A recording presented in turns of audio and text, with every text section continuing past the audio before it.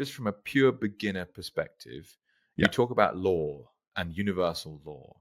So if you could give someone like a crash course 5 minute, like these are the universal laws. Okay. All right. So there's a lot. You don't need a lot. My entire life turned around with one. Right? That one that turned around for me was what we've already discussed, energy transmutation. When And was that from the time of crisis that you touched on at the very Yeah, start? exactly. Really? Yeah. So this one law helped you Yeah. get out of that rut. I love Yeah. these kind of stories. Okay, go. So I'll tell you the story. I think I might have told you the story, but I'll share it. So, and this is a perception story. This is not a woo-woo story. It's just a story of different perception. My health had been going downhill quite rapidly, and I had a bit of a deal with my boss that they were going to let me work until I could no longer stand up, because I was the breadwinner, sole breadwinner, and we didn't know how else we were going to do it. So at that time, so it was like, yep, keep working. Anyway, I went out that morning. I was talking to clients. I came back and I walked in the office to my boss and said, I'm sorry, but today's the day I'm done. And I said, I've got nothing left in the tank. And they went, okay, no worries. And while I was having that conversation, phone ring in the office, person came in and said, hey, you've got to go to the hospital because your dad's dying now. And it's like, okay, I've got to go do that. So I had a side business at the time. I was teaching martial arts and kung fu, like Chinese martial arts and qigong and things like that. And in that one day, my health collapsed. My mental wellness soon followed. My father died. We had to make decisions about what came next, which meant something I've been working on for 20 years about creating a life in the north of Tasmania. That just went out the window. My wife had to go back to work because we didn't know what else we could do. And there was no work that she could find at that time because it was in a bit of a difficult time for employment in northern Tasmania at that point. And she got a job down south. So we moved south, and I moved next door to my mentor, right? We moved in on the same day, right? And my whole life had just fallen to pieces. I had nothing. I had no health. I had nothing. And I was staying home with two young children. One was 1 and one was 6. And the 6-year-old had significant disability. So we were just like, well, okay, this is what it is. And as I said before, like there was no prospects on that. It's very difficult when you do a stay-at-home dad thing in a situation. One of the things very hard is that when people say, what do you do? And you say, well, I'm a stay-at-home dad. And people go, that's great. I remember when I took my long service and I did that and I did all this. And you're just like, yeah, that's not my experience. He said, you got paid for every second that you were doing it. You knew it was like an extended holiday and you went back to your old life when you finished that. So you had all these prospects. I had nothing. I had doctors saying, you'll never work again. He said, you're wrecked. You're done. You're completely burnt out. Forget it. So, maybe you can get DSP if you're lucky, support pension. And it was just like, I don't like that at all. Don't like that idea at all. So, yeah. And it was hard road. But Wow. what happened was when we first moved south, we went into Hobart and we were going to buy some kids' clothes. My wife got her first paycheck. And she just gave me $20 and said, look, just go for a walk up the street. Go and have a wander around. Just have a bit of fun. And I went for a walk. And as I was going along, I had this clear perception of my father standing at the end of the street, pointing uphill. And it was like, I got to walk up this side of the road. I don't know why. But it was a split second, just bang. It was like, whoa, looks like I'm going up the street.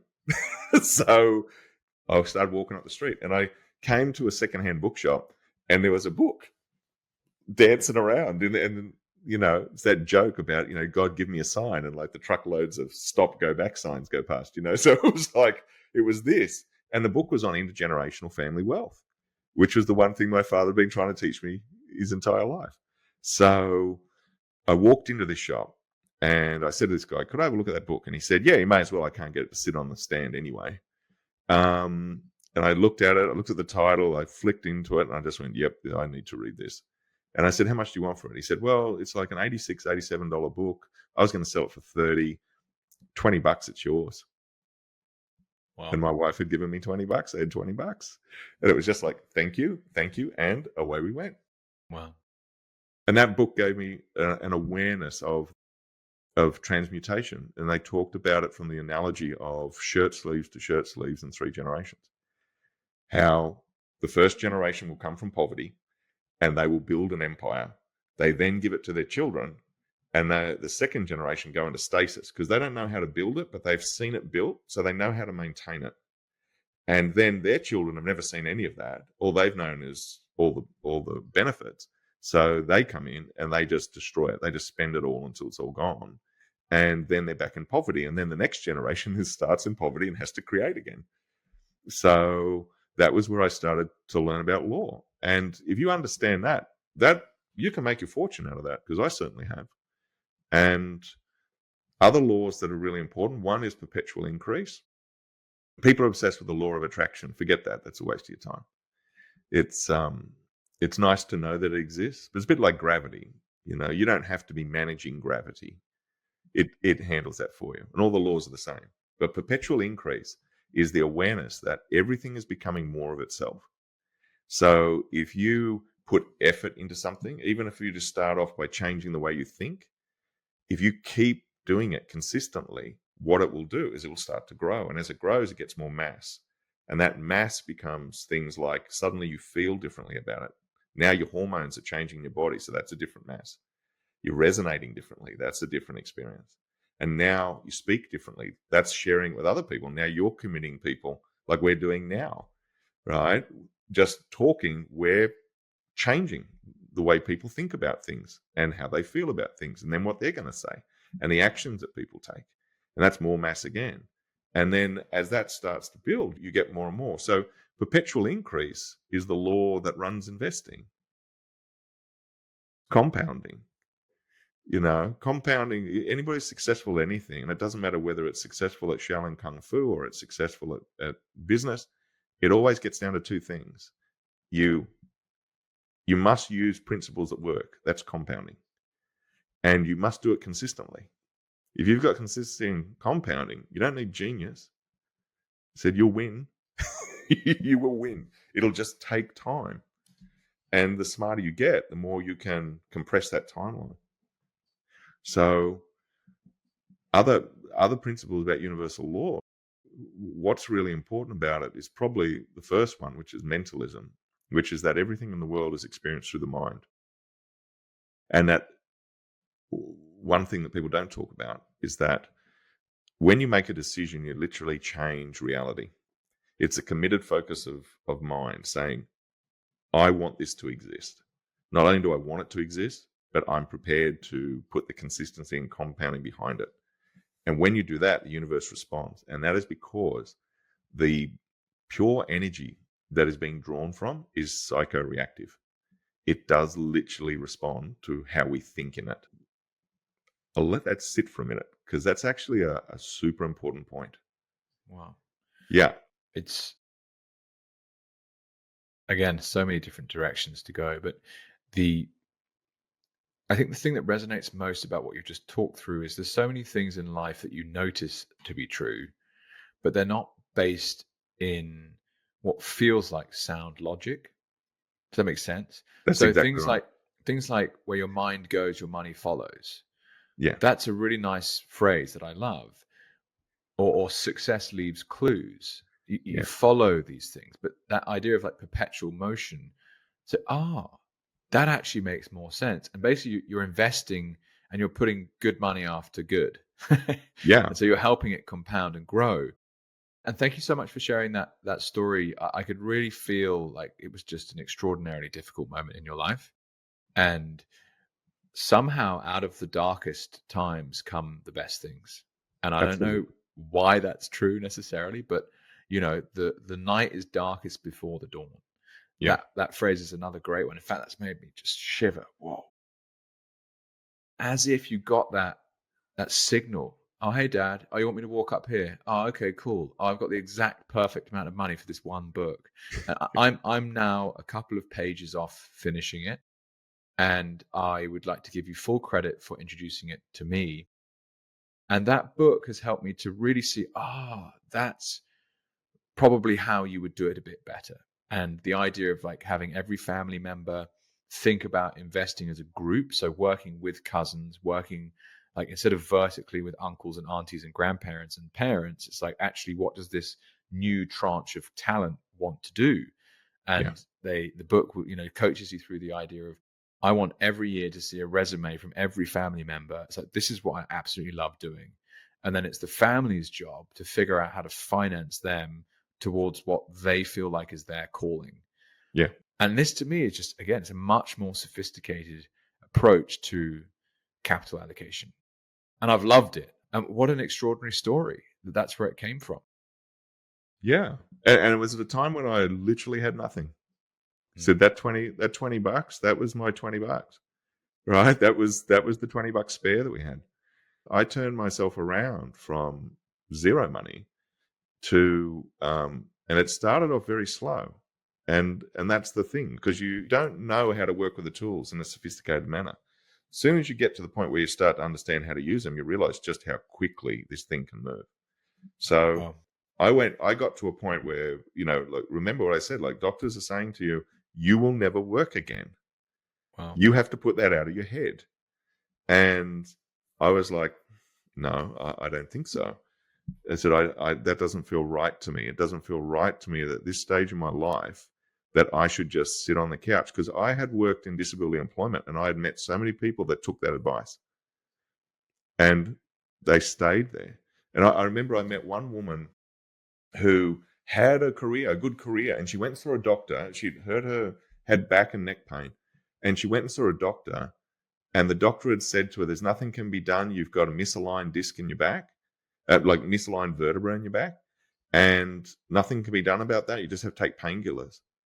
And she was in pain all the time, and the painkillers weren't really working, and nothing was changing. And for like 3 or 4 years, that had been her life. And I said to her, I don't understand your issue. You've only seen the doctor. The doctor said you've got a misaligned disc in your back. Like, not like, is it a like a slip disc or a crushed vertebra? It's like, no, it's out of alignment. I said, you mean you could just go to a chiropractor and go crunch, or have a nice hot bath and then look over your left shoulder, and all of that would go away? It had never occurred to her. It had never occurred to her that that was an option, because it was like, no, doctor said there's nothing you can do. So I'm a little bit ruthless in that way, because if you want to build yourself out of nothing, you've got to be ruthless, right? You've got to be equally kind in the way in which you apply it, but you've got to be bloody ruthless in the way you think about it. Mm. And that's not Machiavellian about what can I get from other people. You've got to be able to say, this is exactly the stupidity I'm doing. I'm not going to soft pedal it. I'm also not going to beat myself up over it. I just need to go, this bit here doesn't work. We need to rip that out. We need to change it.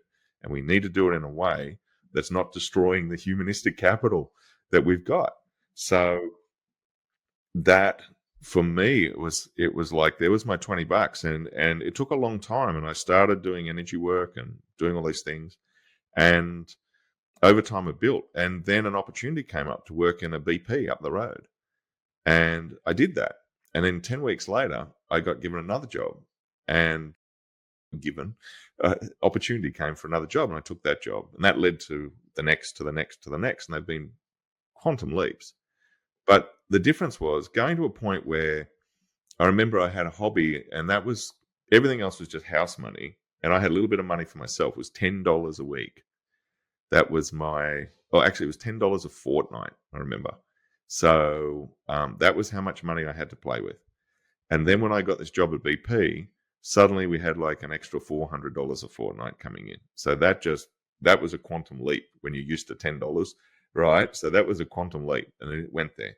But then 10 weeks later, my first paycheck that I got was $3,900. And you're just like, it's a whole different ball game. And then hitting that the next fortnight, that was the funniest thing. Hit the next fortnight, and we're still barely dented last pay. And now another one's come in. It's like, holy shit. like this is different. And then you start to think differently. And it's a huge thing, is that as you start to get yourself into alignment, you get momentum. Often we think that we make mistakes. We think that we make good choices, bad choices. They're not really It's not really the case. It's just fast and slow. Mm. So slow choices, you can die. You can die from the slowness of choice. Like that woman I was telling you, she spent 3 years, she had a career, she had everything going well in her life. And because she got bad advice and she agreed with it, she brought her momentum to an absolute standstill. All it was an idea. Wow. She could have gone and had a massage and her back would have gone crunch, and problem solved. There was no physiological problem. She I just can't help but feel that kind of character wants to be told to sit down and do nothing at that stage in we, their life, right? And yeah. that's why this is So so it's that as interesting, well. because this is all mindset. Yeah. So It is. it's pure intellectual capital. That's really what it is, right? As you're teaching yourself to Yeah. access different tiers of wisdom that wasn't necessarily available to you before.